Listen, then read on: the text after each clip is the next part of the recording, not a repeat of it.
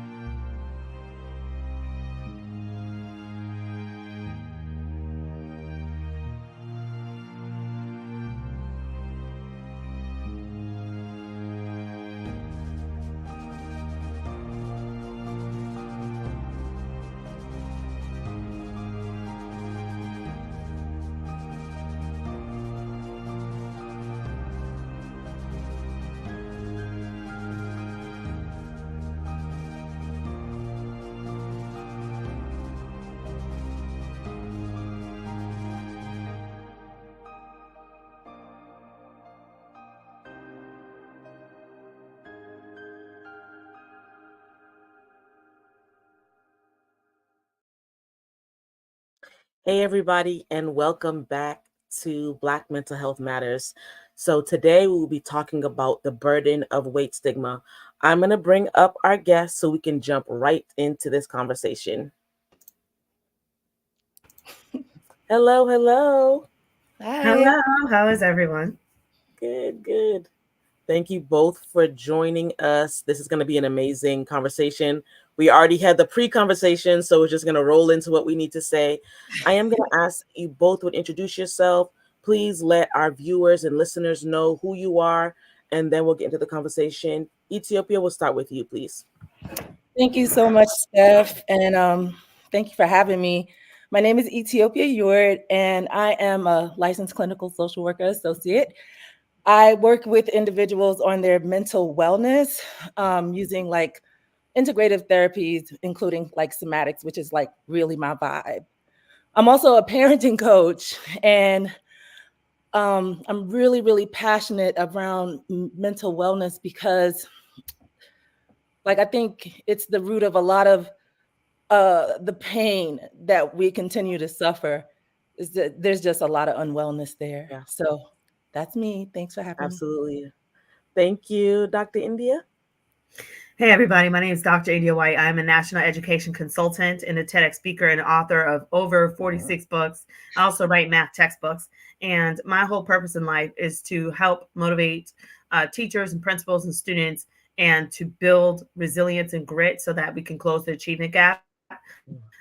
In this line of work, I've been honored to be an assistant principal at Title I schools. I've been honored to be a math coach, grades 6-12, where I've worked with teachers in the front lines with different mental health issues. I've had mental health training and certification as well over the years, where I've helped with preventing suicide with students in all communities, and also helping students with developing a sense of identity and belonging in the classroom, especially in particular your BIPOC students who might feel like because they don't have representation that they can't be great in the math space. So that's a little bit of what I do, is really helping all people in the community, from teachers to administrators to stakeholders and students, with really building resilience and grit and changing their fixed mindsets into growth mindsets so that the students can then thrive and we can have healthy, flourishing communities within our society.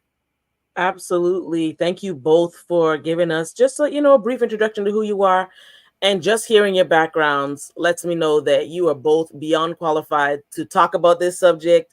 I like that you both had interactions with parents, with students of all age groups. Like, we have to talk about this because the burden of weight stigma affects everybody on a very wide spectrum. So, the first question that I'm going to ask is, how does weight stigma show up in our society? So, we're going to talk about the burden of it. That's another question, but just want to kind of get into how it shows up in our society. Anyone can jump in. So I'll start with just a little of what I know. I know currently, right now, we have about 1 in 5 or 1 in 6 children are obese in the United States. We have millions of people obese worldwide.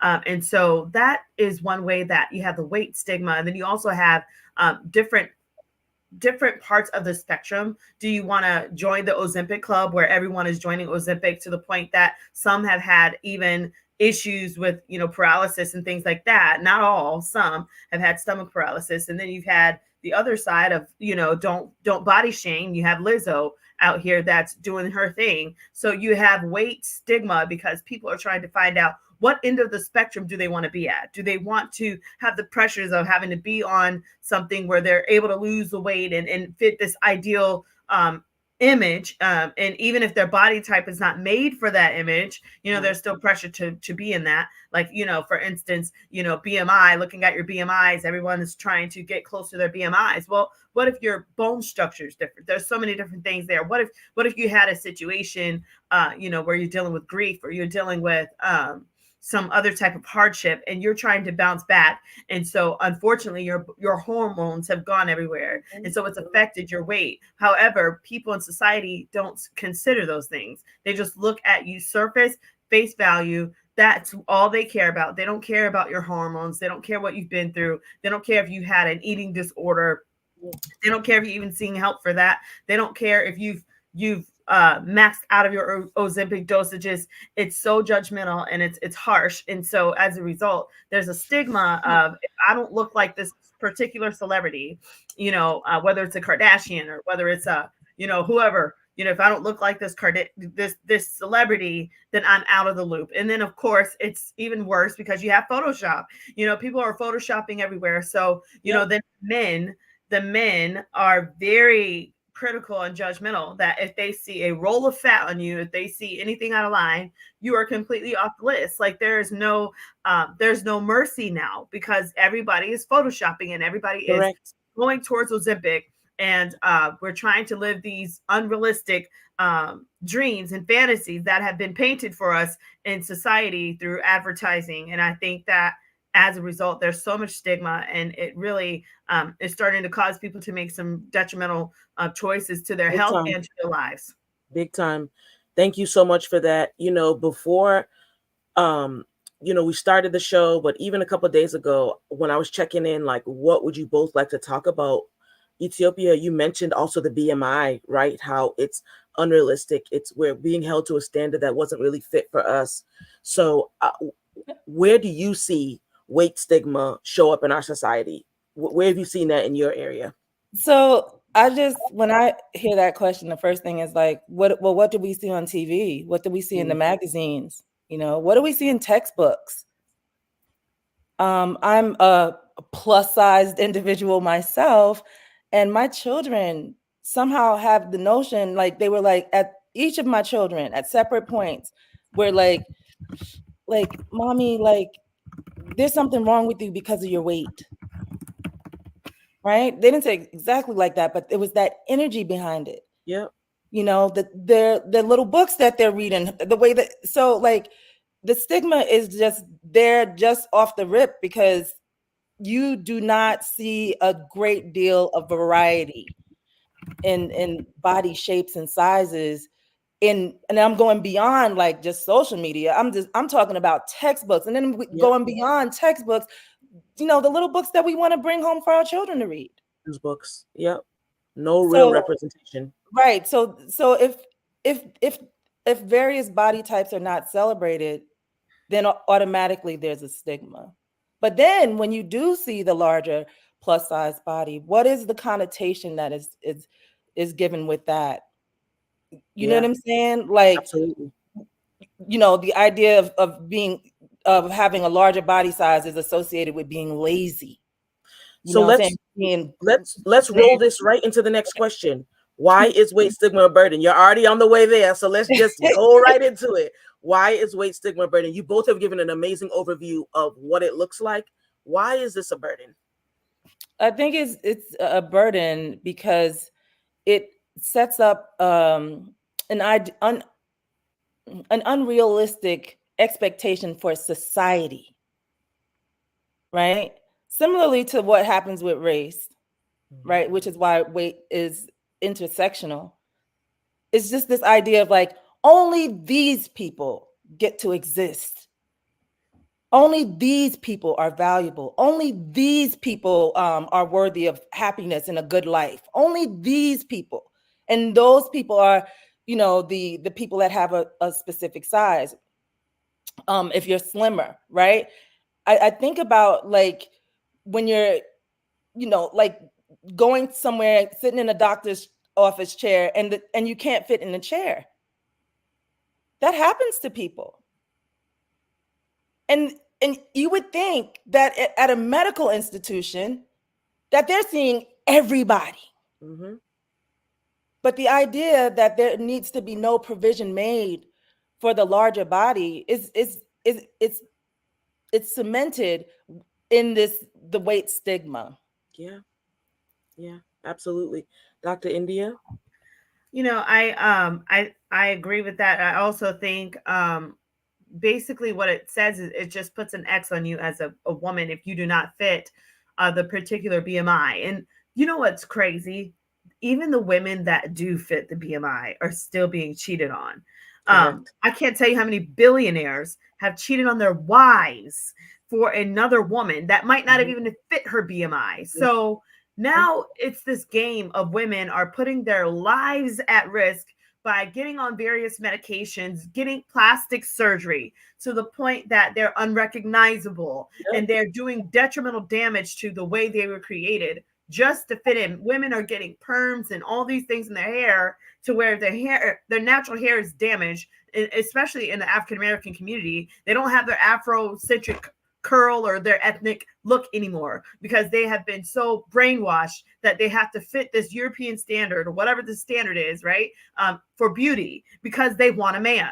And the thing is, there is something about having a man. It is powerful. However, it should not be to the point that it's detrimental to your mental health, to your physical health, and that eventually it takes you out. So many women have altered themselves. They've gotten surgeries and died on the surgery table because of the weight stigma. If I could just get $500 and go get me a BBL, whatever they call it, that is ridiculous. And the thing is, the men have put the pressure on women. So I want to point to the men and say that we need men, heterosexual identifying men, to raise up a voice to say this is an okay standard if you do have, maybe you're not necessarily by the BMI. What's happening is the men have gone silent. And so therefore women are tossed into this game of trying to compete with Photoshop and perfections, which is not fair. And it's a dangerous game. And I'm very concerned because not only does it spiral women into depression, because can you imagine, you spend thousands of dollars on plastic surgery, you spend thousands of dollars on cosmetics, on vanity, on hair and all this other stuff, and he still doesn't want you. He still cheats. You literally change the way your face looks, you change everything for him, and he still goes to somebody else, somebody that works at some grocery store that doesn't even get anything done. He leaves you for her because she has a better personality. Correct. So it just to the point, like I just say women need to get back to the original, the basics. We have believed a lie. We have been flaunted with vanity. All of us. We have all been pressured to look like a specific celebrity, to paint ourselves in a way that is false because we want to attract certain attention. But then what happens is you realize even after you get all of that attention, it doesn't last if he doesn't really love you for who you were in the first place. And that is Yeah, the thing, is we're seeking love in the wrong places. We're seeking validation in the wrong places. And until we can be true to ourselves and love ourselves, and we really don't need to be looking for a man. We need to work on ourselves, right? first. And get to a place where we love ourselves so much that if a man never comes, we'll be all right. And that Mhm. is my challenge to women today, is to work on you, work on loving you the way God made you, the way you came to this earth, the way you present yourself. Of course, yes, eat healthy, watch your portions, all that stuff, work out, whatever, but work on you first before you try to paint yourself into this false image that a man would still reject just at whim because he's a man, and that's how certain And men, that's what he wants to are. do. Yeah. Can I Man, so can I jump? Can I say absolutely, something? absolutely. All right. There were three things that came to me. Well, the first thing is that I also focused on the larger body, but even those that are in slimmer bodies are affected by weight stigma. In Mm, that, like, in having no freedom to be, or having no freedom to vary in your weight and your yep, body shape, then yep. keeps you constricted. That, like, if you are slim, and you might feel like you still need to be slimmer, Mhm, Yes. or you might be like hyper vigilant so that you never mhm. gain any weight. Correct. Our society ultimately is set up so that you never feel comfortable in who you are. And the Mhm. weight stigma is one aspect of that. The other thing is that um I just wanted to share a story about a child. Actually, he was 10 years old at the time, who had come to me and he was asking me if he was fat. And he was like, like, we say he was like a string bean, but he was able to pinch his skin. And so he was like, I think I'm fat and I don't want to be fat. And so Wow. a boy, right, young, and still had already had these ideas in his mind about fatness and getting fat. It's very slim, still very slim. Mm, And mm, the mm. other thing that I want to say is that everybody, I'm not saying anyone deserves to be cheated on, or needs to be the side piece, if that's what they want to do. But whether you work at a grocery store, whether you work, wherever you work, whatever your education is, we are all entitled to have dignity and respect. I just wanted to put that out there. Thank you. Absolutely. I mean, you both are bringing up such amazing points, especially really about the Photoshop. Like, we are trying, and I say we, and I don't think either any of us are trying to do it, but we as a collective society are trying to measure up to Photoshop. You can't compete with AI. You can't compete with a computer. Nope. You, we're trying to shape our lives off of celebrities' bodies, skin colors, off of their hair types, eye colors. All this stuff has been manufactured, and I will be honest. So on Instagram, I have been seeing a lot more men speaking up. I'll say a lot more Black men speaking up about liking the larger body. I have seen a lot more videos. There's been a lot more comments. How that translates into their real life is a completely different story, right? Because IG is one space and then real life is another space.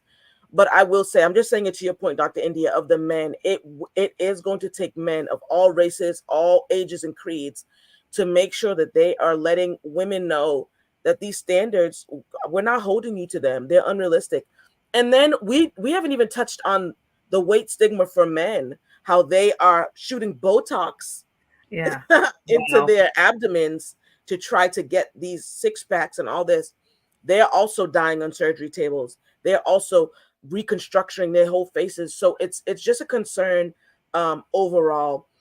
Itiyopiya, you mentioned children, right? Or a child who was concerned about his weight. I mean, that's just gonna really roll into our next space. We've already basically talked about adults.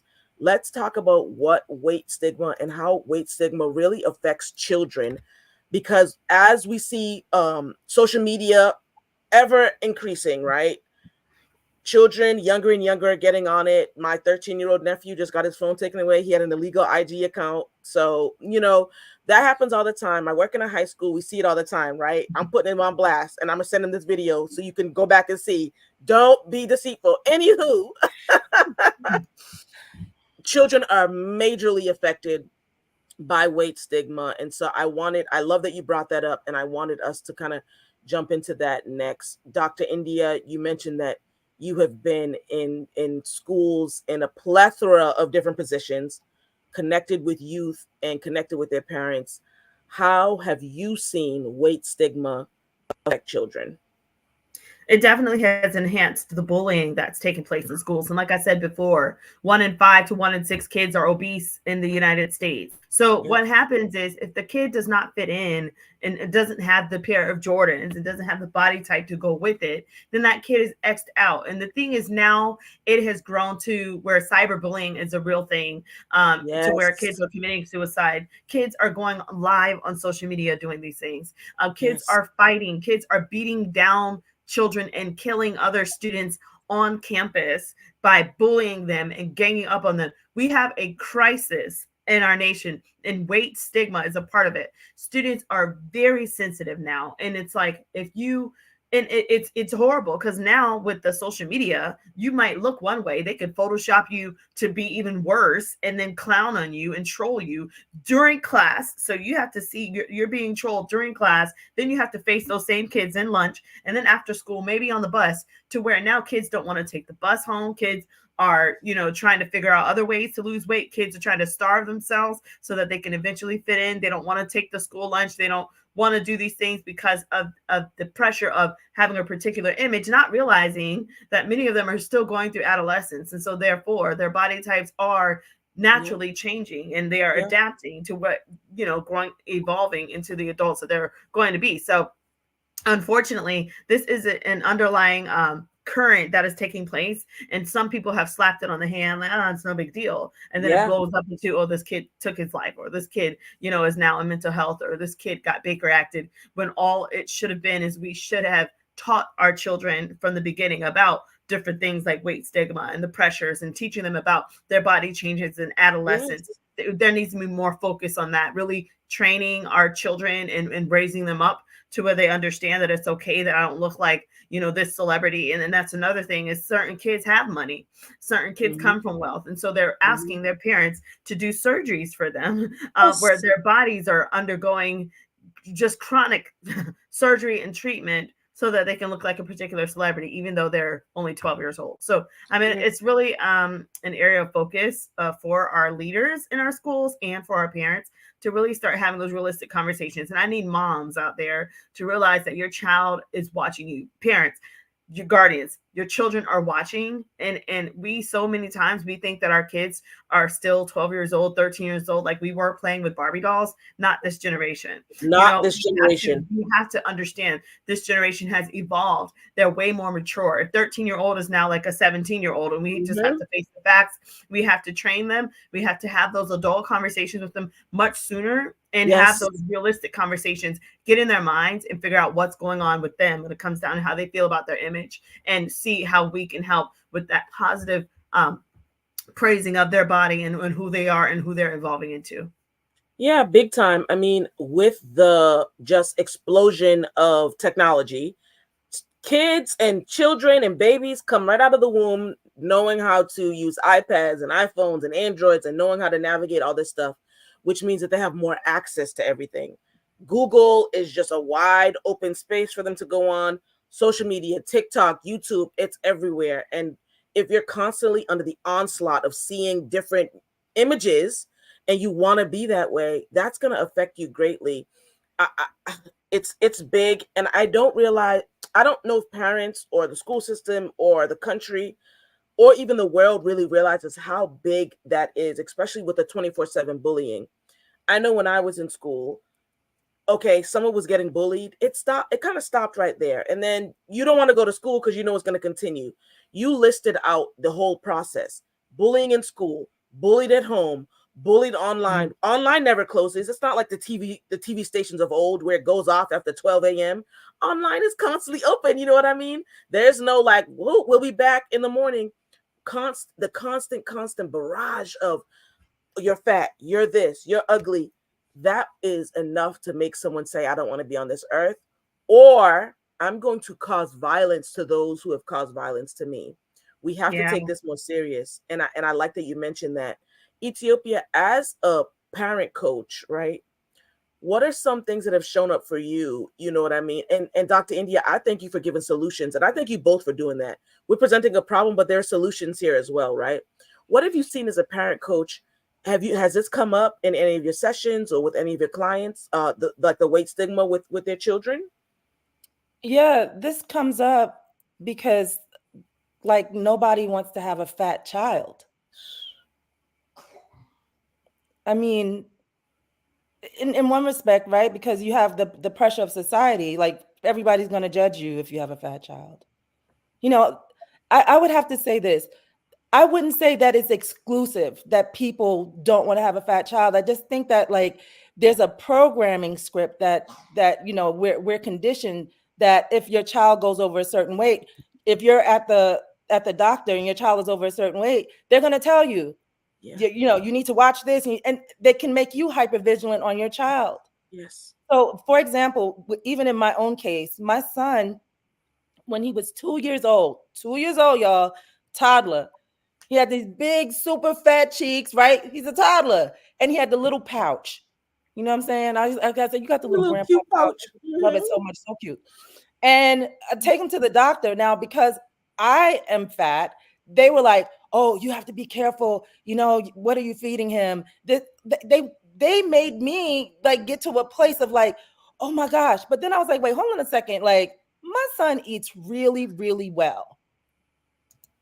So, but they automatically slapped him with something that they would, if I was not a reflective parent in that moment, to have some consciousness and awareness around what was actually happening as a relationship of how my body was showing up in that space, then I could have came home and been like, well, you know what? I'm going to make sure you only eat this time, and Yep. this time. You won't have Yep. any snacks. That you won't da da da da da da da da. Like that's how that stuff can show up. And truthfully, I cannot absolutely fault a parent for wanting the best for their child. If you already are aware of how fat people are treated in our society, you wouldn't want that for your child. Correct. However, I also have, that's my Hey, daughter. girl. I have also seen parents who fully embrace their children as they are, fully embrace their children as they are. So you know that the society and the community and other people in the family are gonna get on you as the fat child. People are gonna bully you and these kinds of things. So the parent create the safest place for their child within themselves. Yep. You know what I'm saying? So that's it's also possible.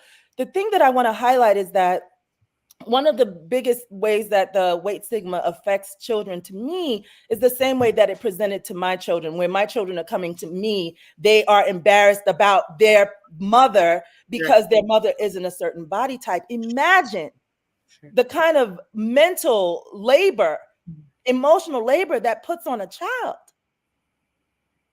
So the weight stigma, it affects on so many different levels, and ultimately it is about creating greater amounts of safety for everyone to be present in their own bodies. Yes, you know what I'm saying? Like if you want to be healthier, but that's like, you know, starving yourself and not eating and working out ridiculously and, you know, only eating grapefruits for, you know, 90 days, like that kind of stuff isn't necessarily healthy. Correct. There's a comment from a viewer named Bukenya, and she actually offered a different perspective where in Africa, moms are encouraging daughters to eat more to gain weight because it shows opulence. It shows that you're well off. That's a perspective that I didn't even think about. That here in America, we're telling our children to lose weight and to fit into this standard. And on the flip side, they're being encouraged to gain weight because it looks like you're well fed. And she's thin. She said she's thin. Her children are thin. And her mom's like, you need to eat, you need to eat, you need to eat. We noticed that in Spanish speaking cultures. Abuelita, you go to her house, she's packing you arroz con pollo, everything. She's packing it up. And if you don't eat, she's like, you need to eat, you need to eat. in Greek households, you look thin. We see it in movies. We see You see it everywhere. So that is a different perspective I didn't even think about. That in one place, it depends on your region, your location, depending on what spectrum of weight stigma you are on. Either you're being encouraged to lose weight in an unhealthy way, in a way that's not fit for your body, your bone structure, as you were mentioning earlier, Dr. India, or you're being encouraged to gain weight. It's all for looks. It's all for vanity again. Mom wants to make sure that her kids look like they're well off, even though them gaining a whole bunch of weight will probably not be the best for them. It throws you into a loop. And it leads us into our next question.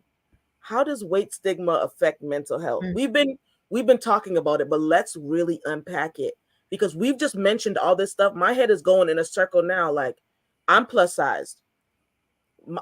My mom, I don't know if she was embarrassed. I'm her largest child. I don't know if she was embarrassed, but there was definitely a push for me to lose weight because she didn't want me to look a certain way. And it was just a real thing. I don't blame anyone. It's just a reality. What complex does it create in us that I don't feel safe or comfortable in my own body?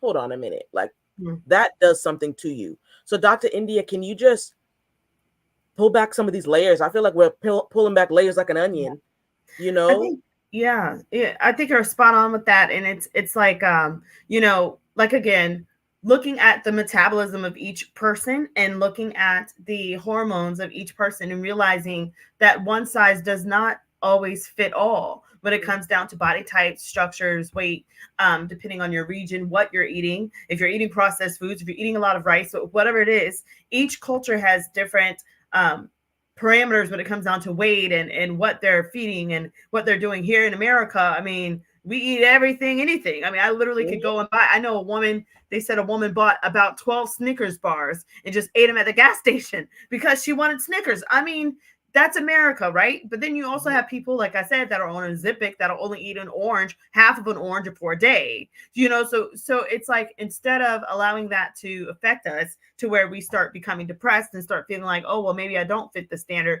Oh, I'll never be attractive. Like, we've got to get off of that. We've got to rise above that. And so I personally, I've gone through the back and forth of my weight staying near my BMI. I do my best to stay within the BMI window, but there are times like, okay, I'll never forget. I hit my BMI. I was there, and the process of getting there, it was a lot of water, a lot of working out. It was great. I don't really have anything negative to say about that, but what I will say is that once I hit my BMI, I was around models and women of just, opulence, beautiful women. Do you know they thought my BMI was too high? So they were like, oh, you weigh 145? Oh my God. Like, I weigh like 130 or 125, and it just hit me. This will never stop. Ever. This is why anorexia exists. So I'm hitting my BMI. I look good in the mirror. I look good. I'm loving myself. I'm feeling fine. And then I get around a bunch of women who are still like, oh, I still need to lose weight. And I weigh 125 and I'm 5'7". I'm too big. Well, there you go. That's why there's anorexia. And that's why women are unfortunately starving themselves for a beauty standard. And it's so funny. Then they starve themselves. And then the man still doesn't want them. Then he goes and gets somebody else. And this is what I'm saying. What is the intention of why you're losing the weight? Why you're getting the surgery? What is it? Is it a health thing where the doctor said you've got to get this or else your life is in jeopardy? Okay, go for it. But is it because I want to look like a Kardashian or I want to look like a certain celebrity or whatever? If that's the case, then I would definitely double check the motive. And I would check who is whispering into your ear. Who are you trying to lure the love of? Because if somebody is making you to dive into these compromising standards to where you're putting your life at risk, I think you need to think twice about if that love is worth it. Because I think that I have seen older couples where the woman is completely just not at her BMI and the man is just whatever, and they are happy as can be. I've seen men that are with women that don't fit any model-esque type, any beauty type, and he is head over heels with that woman for who she is. And I think that is what women need to cater towards, because the women that are like, oh, I want him for money, because that's what it's really all about, is money. And they're trying to get a man that has money, and certain men with money have certain statuses. And unfortunately, it becomes very, very dark inside, and it becomes very, very shallow, to where if you do not have that perfect BMI, or 20 pounds beneath your BMI, that if you don't have that standard, you're pretty much, you can't even compete. But then the sad part is that even if you do have that standard, you're probably going to be cheated on or left anyway. So at the end of the day, you've got to protect your mental health, because so many women are now diving into anorexia, depression, bipolar. And then it says that some of those medical, like some of those drugs, those Ozempic and all, it can cause you to be very angry. One woman went on and talked about how she had these anger spouts, and then she even was like rolling on the floor and was like feeling like she was going to die. She was dealing with, suicidal thoughts and things like that, all because she wanted to lose 30 pounds. And so I think, we've got to get back to the basics as to where am I mentally, where am I when it comes down to my self-image? And if I don't like that, what can I do about it in a healthy manner? And how can I love myself enough that even if society has put an X on me because I don't fit my BMI, or I don't fit a certain standard, that I still can love myself and surround myself with a tribe of people that really love me for who I am. And that's what we need to get back to, is finding the people that love you for who you are, so that you're not going crazy trying to fit a standard that really can't be met now with the help of AI and Photoshop. It can never be met, and that's the reality. And I love that you mentioned the intention. What is the motive behind why you want to lose weight? Losing weight, gaining weight, doing whatever, changing your body type, that's not the issue. What is the intent? What's the motive? What is your reasoning? What's your push? What's the fire behind that? That has to be assessed when we're talking about mental health, because people are literally driving themselves crazy trying to attain a goal that they can never attain. We cannot compete with technology. AI has created the body. Or I see a lot of people using filters. That's a whole different topic. A lot of people using filters on social media. And I'm like, well, who is this? Who is this person? And it's fine. AI is a great tool to use when we make it our personality. I've seen people use profile pictures, built from these AI apps and things like that, and don't let people know that they're AI. So people are like, oh, you look good. Oh, you look great. It's like, hold on a minute. Let's be honest. We start the delusion. We start saying, wait a minute, this is actually who I am. And then you don't show your face, and you don't want to show your face in public because you can't wear a filter. They haven't invented that technology yet. Maybe it's coming. You can't show a filter in public.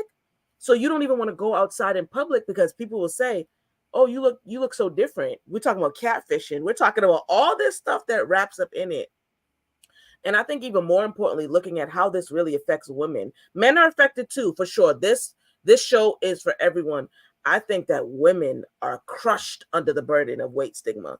Men have to deal with some things too, but according to society, we have to look a certain way. We have to be a certain way, and it's not even realistic, because again, like you've been saying, even if we go and get our bodies modified to perfection according to someone's standards, we can still face infidelity. People can still leave. You'll still lose that job. You'll still do this. People still won't want to be around you. And because we're not focusing here. Let's work on in here, the heart, wholeness. You have to be whole if you want to be with someone. I love myself, who I am, who I look in the mirror. I can look at myself in the mirror and say, oh, you're beautiful. Oh, this, that. If you don't have that inside, it doesn't matter what you do. You could cut everything away. You could turn into a robot. You could have all metal arms and you'll still say, oh, I need to do something else. So I love all those points that were made. And it really is a mental health crisis. This is the crisis, because in schools we see it. These kids are struggling. Itiyopiya, you said a rail thin child spoke to you. A rail thin student spoke to me. I think I'm too fat. Always wears their jacket. It's hot. Why do you have your jacket? I don't like my arms. I'm like, these toothpick. What don't you? I want to be like, what don't you like? I don't like my arms. So these kids really need people to help and guide them and direct them and let them know that they're beautiful, because it does cause the mental health issues that we're seeing. Itiyopiya, what are you seeing that the ways that weight stigma affects mental health? You know, the ways that you both have shared it, just like echoing to me, because that's primarily what I'm seeing. You know, there's just a lack of self-confidence. There's a lack of self-love because of the, the images that are presented to us. And I really appreciate what you both said. Dr. India, you at the end of what you were saying, you were like, it's important for you to be centered with love around you, love within you. And Steph, you said the same thing. And I think that is the biggest mental health issue, is that, like, if you are in this world and you do not love yourself, and even beyond not loving yourself, that you might actually hate yourself because of what society, community, your family are telling you how you need to be. Yeah, that's a big thing. And so, like, again, weight is just one of the many intersections, one of the many ways that these things shows up. And it's true. Like, just going back to the person from Uganda, Kenya, I hope I said your name right. Me too. It's like, yeah, like it's it can be that in certain areas, and it can be the opposite in certain areas, right? Like, I lived in Japan for 2 years. Like, they were like, man, Americans, why are Americans so fat, right? But I also know the people that were like, I'm too skinny, I don't want to be so skinny. I like, even in my community, like, skinny being a slur, like, people prefer to be called slim than skinny, because nobody wants to be skinny except for the people that want to be skinny. You see what I'm saying? So ultimately, it's all issues with how what is projected to us as being the ideal. What body is projected to us as being the body that is going to be valued. Correct. Interestingly enough, when you speak about the Kardashians, they've all had so much surgery, right? So much. They all had so much surgery, and it's like, literally, like, Kim Kardashian has put on a body and now she's taking off the body, and people are doing that, and finding their way around these things. And we're taught, it's curated for us that this is how you need to look. How is that done? You see her everywhere. You see her praised everywhere. And so, as you're trying to find yourself in that, how do you see yourself reflected in this world? When you don't see the representation, then, well, not only not seeing yourself represented as one, that's one aspect, but then when you do see yourself represented, it's in a particular way, right? You are the, angry Black woman. You know what I'm saying? You are, what I'm saying? Like, the stereotype. Then you can actually start to take on something that isn't even yours. It's not even yours, but you're carrying this, this is how I have to show up because this is what is valued. But that's not how you've always believed about yourself. Right. So the work, this is how I approach mental health work. It's like, that is the work. The work is to restore you, to support you in your restoration of just being fully accepting of who you are, fully, authentically, down to the soul, because your soul knows. Right. Absolutely. Big time. When you were talking, I was thinking of, remember Monique used to, she had like the gimmick, skinny women are evil. Yes. Yeah. So, like, she would say that all the time. And I think that's even on the opposite end. And I feel like that was like a counteract to, fat shaming and all that. Like, I feel like if you're going to be skinny, be skinny. If you're going to be plus size, if you're going to have weight on your body, do that. But I don't think we should have to knock each other down in order to say, oh, like, if that's how you choose to live, that's how you choose to live. People know the ways to lose weight if they want to. It's everywhere. I've subscribed to so many come on YouTube. I have playlists of exercises to do right in my home. I don't have to leave my house. If I wanted to do it, I would. Everybody knows the way to do it, right? And so you have to look at the mental health with that too, making sure you're like, okay, let's just let people be who they are. I also have another topic on here that I'm kind of hinting at. I'll bring it up. So it's fat shaming versus encouraging healthy lifestyles, right? And Dr. India, you mentioned about Lizzo before, right? Who is talking about body positivity and all this, right? When does it, I don't know, how do we balance that with not fat shaming someone, but encouraging them to be healthy? Because my healthy looks different than both of your healthy, right? My weight, my healthy weight looks completely different than what anyone else would say. And so just because people have extra weight on their bodies doesn't mean they're unhealthy. So how do we balance fat shaming versus encouraging healthy lifestyles, if that makes sense?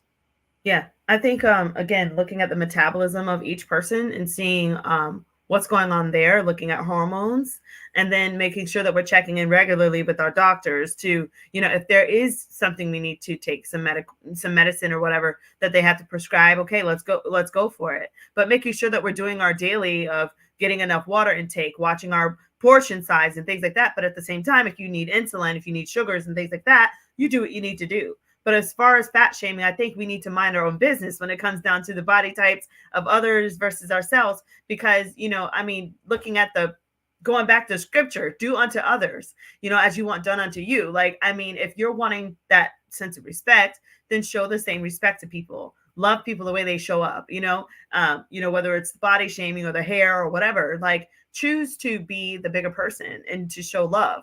Or maybe you can support if you do have a great body and all this other stuff and you're healthy and you didn't do a million surgeries and you really, got it down to where it needs to be and you have some tools, well, then be willing to share that or open up a business and help people, support people, give back, maybe open up a nonprofit, give back to help people with, watching their weight management and the portion control, whatever it is, but when it comes down to really fat shaming, I just want to say that, any of us can fluctuate in our weight.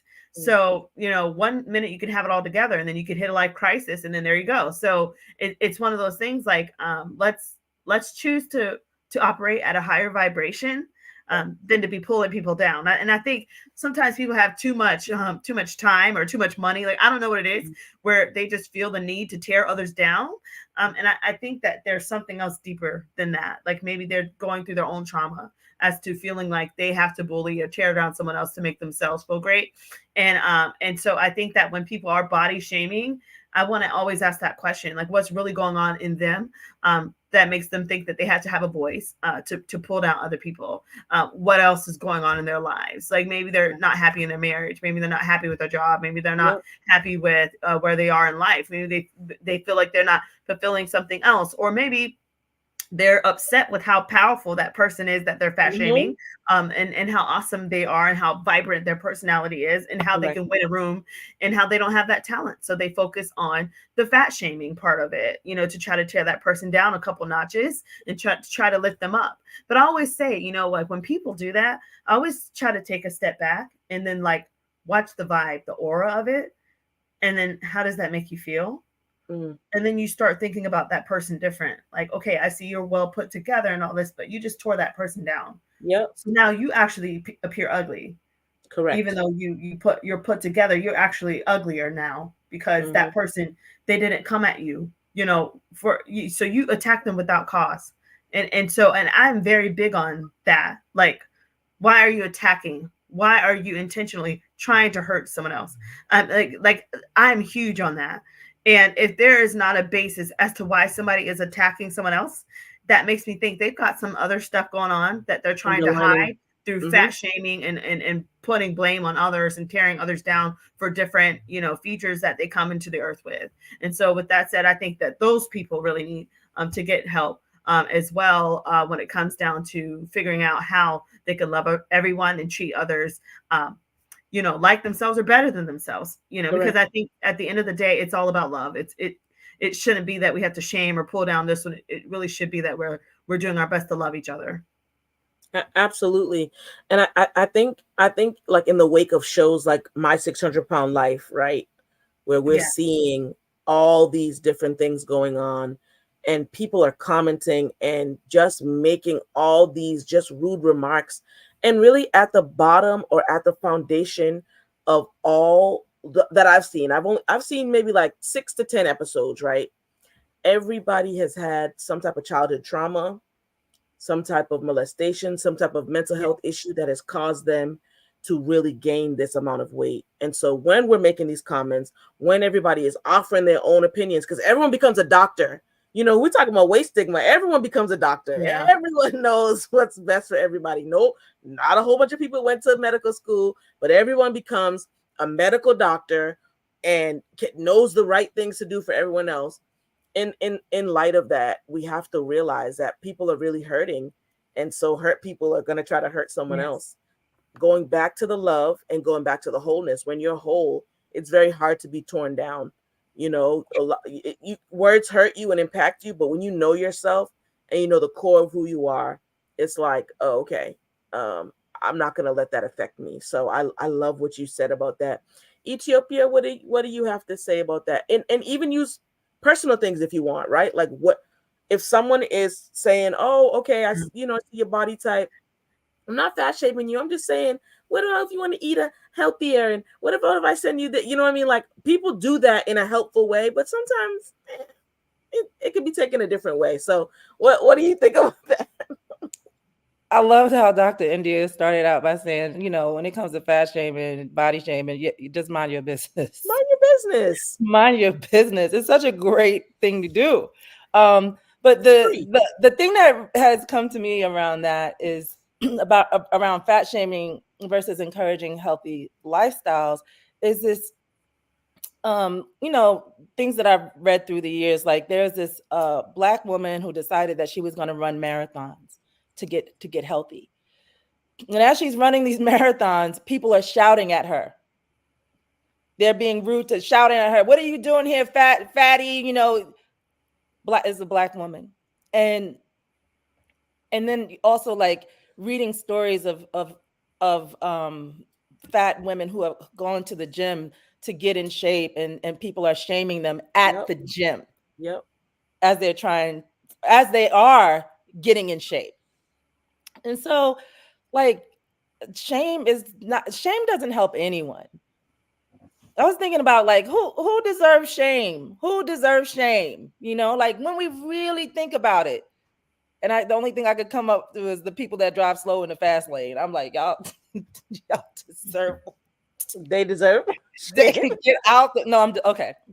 But being serious, like, we can rationalize and find ways to say, well, this person deserves shame and this person deserves shame. Mm-hmm. And ultimately, shame does not change behaviors. Shame actually reinforces behaviors because it makes you feel bad about yourself. Mm-hmm. So for me, it's like, yeah, like, don't shame nobody. As a parenting coach, that's one of the things that I'm very, very grounded in. It's like, shame, like, I'm not shaming my children. I'm not trying to shame nobody else's children. I'm not trying to shame anybody out here, period. That is the way. That is what I'm modeling to my children. That is the commitment that I've made to myself, because I don't want to put that pain out in the world. Shame is a heavy thing to carry. And a lot of people, they are creating a lot of problems in this world because of the shame that they carry. And then we come to this idea of what a healthy lifestyle is. There's so many different ways of so many different lifestyles that exist. Yeah. Like, what is a healthy lifestyle? You know what I'm saying? Like, for some people, that means that they're not going to eat sugar ever. Some people, they won't touch salt. Some people are not eating meat. Some people don't eat meat, dairy, anything from bees, no animal products at all. What is healthy? So it does, just echoing back what you both have said, of just like finding your way. The ultimate goal is for you to be okay in your body, right? You want your body to move in the ways that it can, in the best ways that it can. Yes. And so, like, you figure that part out. And when you are in this place of centering, loving yourself, and you're surrounded by love, those choices are a lot easier. Absolutely. And I think the biggest thing too is not trying to put ourselves in this cookie cutter, mold that has been given. Healthy lifestyle. I love that you said that, Ethiopia. Healthy lifestyle, healthy living looks different for everybody, as does our BMI, as does what, our weight should be. It all fluctuates based on who we are. If we're going to try to fit the Eurocentric standard that society is trying to force upon us and all over the world, obviously it's happening in Japan too. Everyone's trying to look like a Eurocentric person. And innately, there's nothing wrong with that. But if you're saying that our Afrocentricness needs to be dwarfed by that, that's when we have the issue. Where our noses, our face structure, our bone structure, our body weight, how our bodies were built now is an issue because we don't fit the standard. That's when it becomes like, okay, wait a minute. No one can fit into the cookie cutter. It's not a general thing we can throw over everything. What works for you, Dr. India? What works for you, Ethiopia? Steph, what works for you? And we have to find the balance in that. Or not, we become imbalanced in our mind where we're trying to fit into what everyone else is doing and not focused on ourselves. So, Dr. India, I see you. I'm just making a quick announcement. We have only a few minutes left, believe it or not. We've already been talking for about an hour. We have a few minutes left. So I do want to hear final thoughts, your wrap up, and really emphasize how we're healing from this. If someone is being crushed and utterly just smushed under the weight of weight stigma, right? Weight stigma has a heavy weight. It's a burden. If someone is being utterly crushed, please add that into your final wrap up of how we can heal from that. And then I want us to really end with body positivity. And maybe both of you could say some affirmations to those who are dealing with weight stigma, just to kind of help in that healing process. So please go right ahead, Dr. India. Yeah, thanks so much for having me. Just to those that are listening, stop apologizing for who you are and how you were created and how you showed up into this space as a vessel to, contribute to whatever it is that God Almighty has for you to do in this world.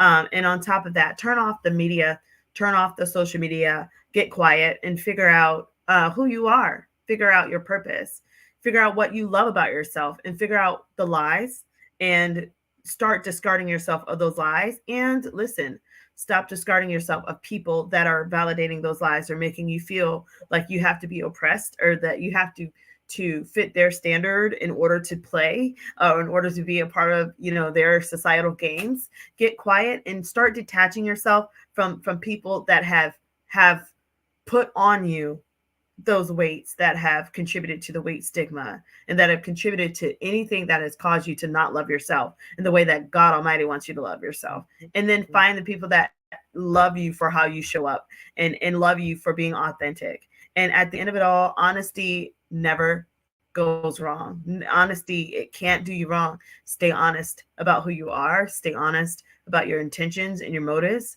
and continue to do what you know is best for your health and for your body. Because at the end of the day, you only get one body. So do what you can, right, to make it as excellent as you can with all of the willpower and the capacity that you have. And I wish you guys the best. So thank you for having me.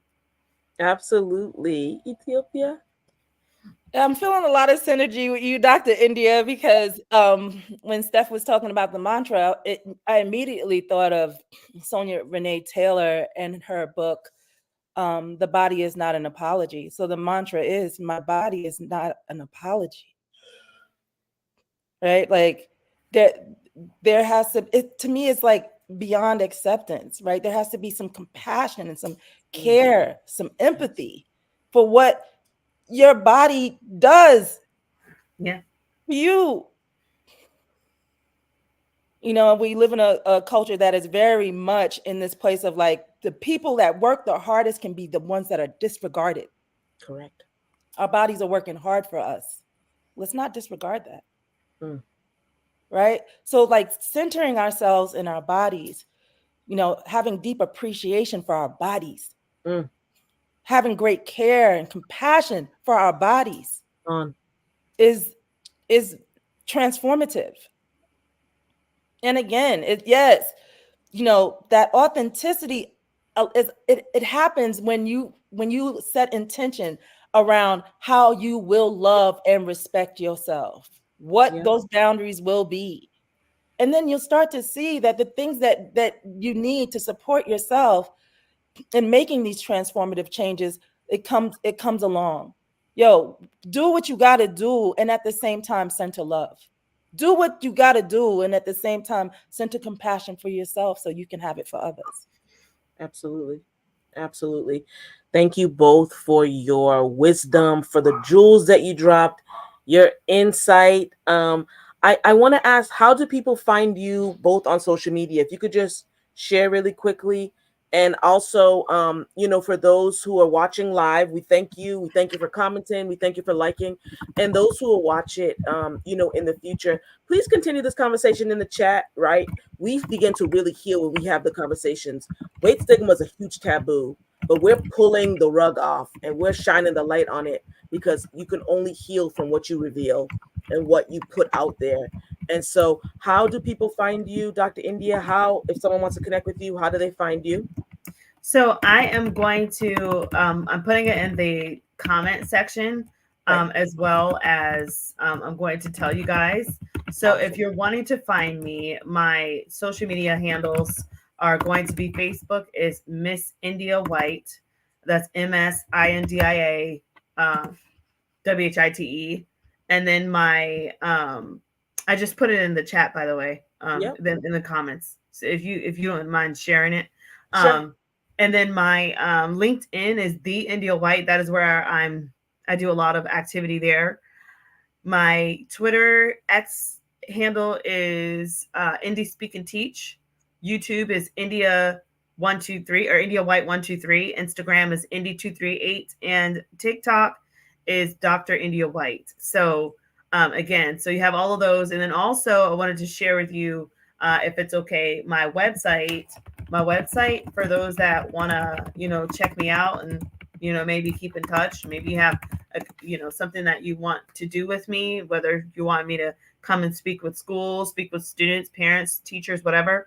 My website is www.india-white.com, and I just put that there as well. So I'm looking forward to continuing this conversation and to provide any support as a consultant for those that are watching. Thank you so much for listening and for having me.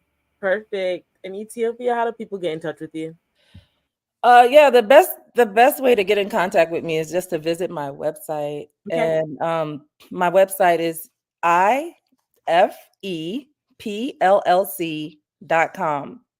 ifepllc. And I'll add it to the YouTube later because I'm Yep. having some issue adding it right now. No problem. And that's the thing too. It'll be in the YouTube comments. If you're on LinkedIn, we'll be there. Facebook. There's ways to reach out and get in contact with our amazing guests. Thank you both. This was awesome. It was healing. It was just really good to speak and be affirmed, right? We're not apologizing for how our bodies were made.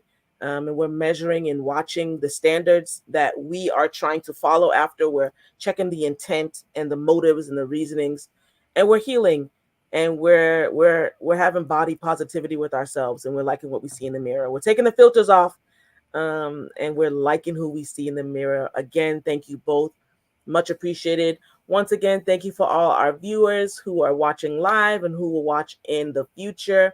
Thank you for joining us for another episode on Black Mental Health Matters. Until we meet again, we'll see you next week for another episode. Have an amazing rest of your day, whatever time zone you're on. And we thank you for tuning in. Bye.